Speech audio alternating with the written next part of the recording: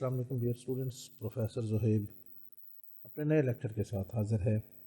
Student, अपने आज के लेक्चर में हम बीएससी मैकेनिक्स के chapter number 4 centre of mass and gravity का क्वेश्चन नंबर 22 सॉल्व करेंगे।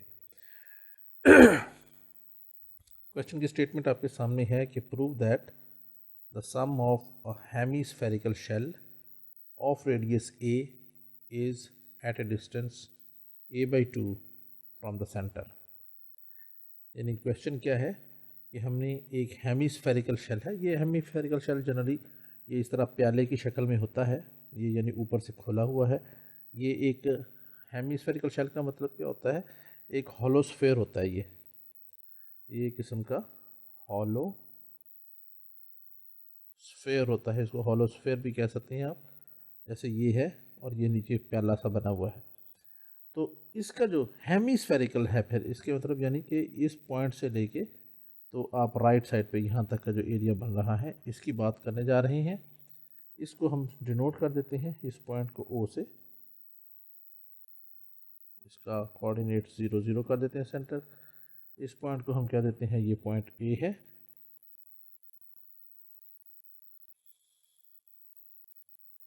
और इसका रेडियस स्मॉल ए के बराबर है। और ये पॉइंट बी है, तो ये भी ए ही के बराबर होगा, क्योंकि इस तरफ और इस तरफ ये बराबर है। और इसी तरह अगर ये पॉइंट ओ 0 0 है तो फिर ए क्या होगा, ये ज़ाहिर है इसके कोऑर्डिनेट्स हो जाएंगे ए और 0। ठीक है जी, इसके कोऑर्डिनेट्स हो जाएंगे ए और 0। तो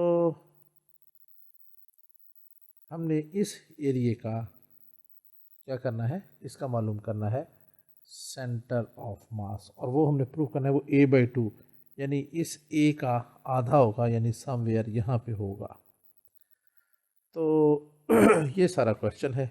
ये नीचे मैंने जस्ट इसको शो करने के लिए बनाया था, इसकी ज़रूरत नहीं है नीचे वाले पोर्शन को शो करने की, लेकिन it was just for your understanding. I hope कि क्वेश्चन अब आपको समझ में आ गया होगा। तो अब हम इसको सॉल्व करते हैं। जो कुछ हमने यहाँ पे छोटा सा एक स्ट्रक्चर क्रिएट किया है, ये हम यहाँ पे लिख भी देते हैं। ये जो ए है इसको मैं थोड़ा सा काट कर अंदर लिख देता हूँ, क्योंकि शायद आपको नज़र ना आ रहा हो। तो ये पॉइंट जो है वो ए और 0 है, ए और 0, ये वाला पॉइंट। ठीक है जी, इस पॉइंट की बात हो रही है। तो बस आइए फिर इसके बारे में थोड़ी सी अंग्रेज़ी लिख लेते हैं। यहाँ पे ये एक चीज़ बताते चले कि ये जो लाइन है O A, this is our X X. ये हमारे पास एक्स एक्सिस है, और चूँकि इसके नीचे और इससे ऊपर का एरिया ये सारा सिमेट्रिक है, तो ओ एक्स हमारे जो ओ ए जो लाइन है that is our line of symmetry. तो हमारा जो सेंटर ऑफ मास होगा इस हेमीस्फेरिकल शेल का, वो भी इसी लाइन के ऊपर होगा। तो आइए इसकी अंग्रेज़ी लिख देते हैं जी स्टूडेंट्स। तो ये हमने यहाँ पे लिख दिया कि hemispherical shell is a hollow sphere, यही जो हमने ऊपर बात की थी, that is generated by the curve A B. इस ए बी कर्व से हम इसको जनरेट कर रहे हैं। एंड और अबाउट ओ ए, इस लाइन के रिस्पेक्टिव, यानी ऊपर और नीचे इस तरह गोल ये बन रही है। And this line is also centre of line of symmetry है। Hence the centre of mass G X bar Y bar lies on it and is given by. तो इसकी फार्मूला क्या होगा, अब जब हमने कह दिया कि ये एक्स एक्सिस सेंटर ऑफ मास है और एक्सिस ऑफ सिमेट्री है, तो इसका मतलब है इस लाइन के ऊपर वाई जो है वो तो 0 हो गया स्ट्रेट फॉरवर्ड। तो हम यहाँ पे लिख देते हैं and is given by Y bar तो होगा 0 एंड एक्स बार हो जाएगा हमारे पास integral X Y into D S. Hollow shape जो ऑब्जेक्ट्स हैं उनका इंटीग्रल सेंटर ऑफ मास हम इस फार्मूले से मालूम करते हैं, divided by integral y into D s. और इसकी लिमिट क्या होगी, अब देखिए अलॉन्ग एक्स एक्सेस हमने चलना है, तो अलॉन्ग एक्स एक्सेस हमारे पास यहाँ पे 0 0 है, और यहाँ पे ये इसका एंड पॉइंट है ए, तो ये हो जाएगा 0 से ए तक। तो हम यहाँ पे लिख देंगे फ्रॉम 0 टू ए, और यहाँ पर भी 0 to a। ये हो जाएगी हमारी इक्वेशन नंबर 1, जिसे हमने फाइनली सॉल्व करना है। अब इसके लिए हमें दो चीज़ें चाहिए, एक हमने y मालूम करना है और एक ds मालूम करना है। तो पहले हम y मालूम करते हैं। हम कहते हैं कि we know that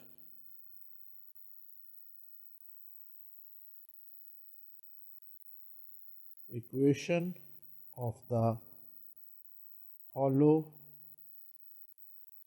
sphere is, क्या होती है, एक गोल सर्कल की x square plus y square is equal to a square. क्योंकि यहाँ पे आर स्क्र की जगह पे ए स्क्र दिया हुआ है तो हमने रेडियस ए स्क्र लिख दिया। ये बिल्कुल हम जानते हैं एफएससी से कि ये इसकी लाइन होती है इक्वेशन ऑफ हॉलो स्फीयर, या इक्वेशन ऑफ सर्कल भी कह सकते हैं। यहाँ से हमारे पास वाई स्क्र आ जाएगा A square minus x square, and this implies, अगर हमने y निकालना हो तो दोनों तरफ अंडर रूट ले लें, A square minus x square under root, और ये हमने y निकाल लिया। अब हमने ds भी फाइंड आउट करना है। तो ds का फार्मूला मैं यहाँ पे आपको लिख के दे देता हूँ। ds हमारे पास होता है 1 प्लस dy बाई dx, ये कार्टेशियन कोऑर्डिनेट सिस्टम में, whole square whole under root into differential of x। तो इसका मतलब है कि हमें dy बाई dx भी मालूम करना पड़ेगा ds को मालूम करने के लिए। तो इसलिए बेस्ट टाइम है कि इसी जगह पे हम इसका dy बाई dx डिफरेंशिएशन भी कर लें। तो हम यहाँ पे लिखते हैं differentiating with respect to x। तो लेफ्ट हैंड साइड पे क्या हो जाएगा, dy by dx is equal to, अब ये है, इसकी पावर क्या है, a square minus x square की 1/2, वो आगे नीचे, बाकी रह गया a square minus x square, और इसकी पावर में 1 माइनस हो जाएगा, 1/2 माइनस 1, और माइनस 2x का ए स्क्र का डेरिवेटिव तो हो जाएगा 0 कांस्टेंट है, और माइनस एक्स स्क्र का डेरिवेटिव हो जाएगा माइनस 2x। ये हमारे पास डेरिवेटिव आ गया। बिल्कुल सिंपल चीज़ है, आपको यकीन आता होगा। 2 से 2 कैंसिल हो गया,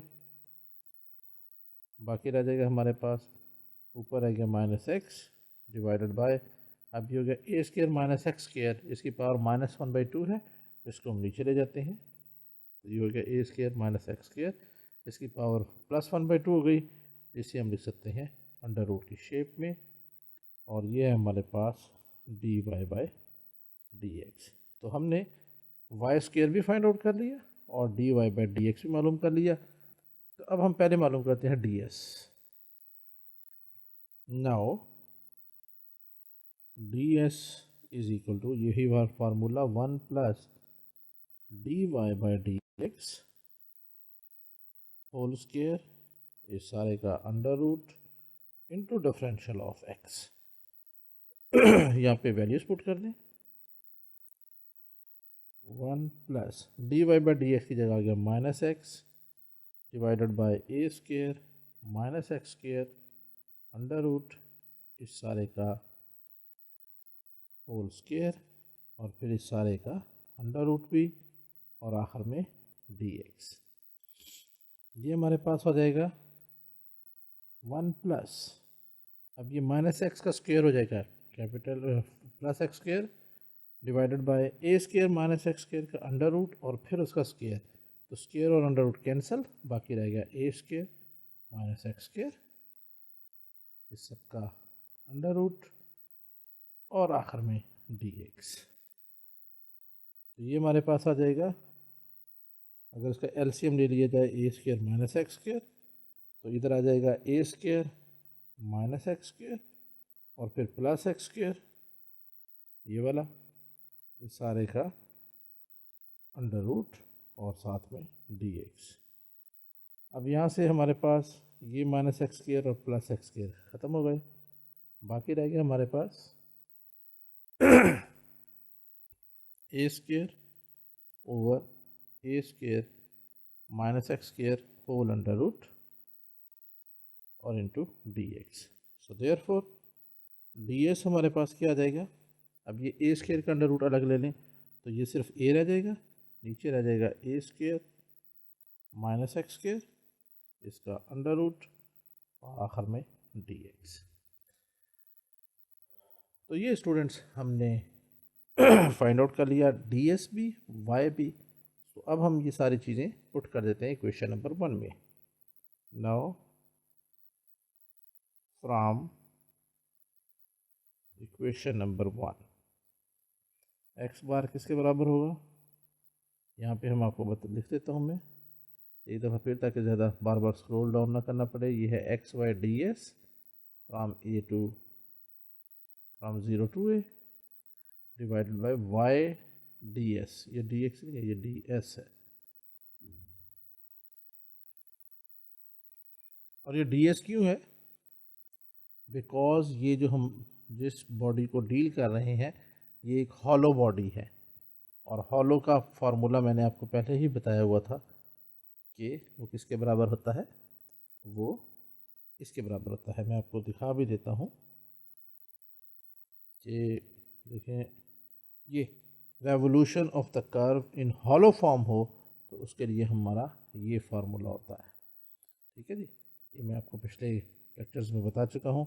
तो अब हम यहाँ पे पुट करते हैं इंटीग्रल, पहले आ गया एक्स, फिर हम लिखते हैं वाई और डी एस की वैल्यू। पहले लिखते हैं वाई की वैल्यू, वाई हमारे पास है A square minus X square under root, तो यहाँ पे आ गया A square minus X square under root, और उसके बाद है हमारे पास वैल्यू डी एस की, तो वो ये है A over A square minus X square under root, और आखिर में डी एक्स, लिमिट डाल दें फ्रॉम 0 टू ए। डिवाइड कर देते हैं अब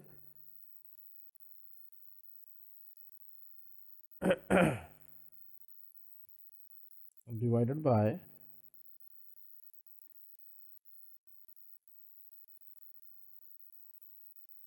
क्या होगा, वाई डी एस तो जगह इंटीग्रल, पहले वाई की वैल्यू ये है A square minus X square under root, और फिर D S A over A square minus X square under root, और आखिर में D X, limit from 0 to A.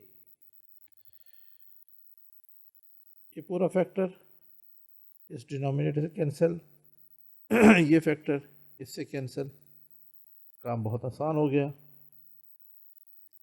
This implies x bar is equal to, अब यहाँ से देखें तो ये ए बाहर आ गया, कांस्टेंट है, बाकी रह गया इंटीग्रल, अंदर है सिर्फ x into d x from 0 to a divided by integral, ये ए बाहर आ गया और बाकी कुछ भी नहीं, तो सिर्फ डी एक्स फ्राम 0 टू ए। अब यहाँ से हमारे पास इस ए से ए भी कैंसिल हो गया, तो बाकी बच गया हमारे पास ये एक्स की इंटीग्रेशन हो जाएगी x square by 2 from 0 to a divided by, अब ये एक्स भी नहीं है, यहाँ पे सिर्फ डी एक्स है, तो डी एक्स का इंटीग्रेशन हो जाएगी एक्स फ्राम 0 टू ए।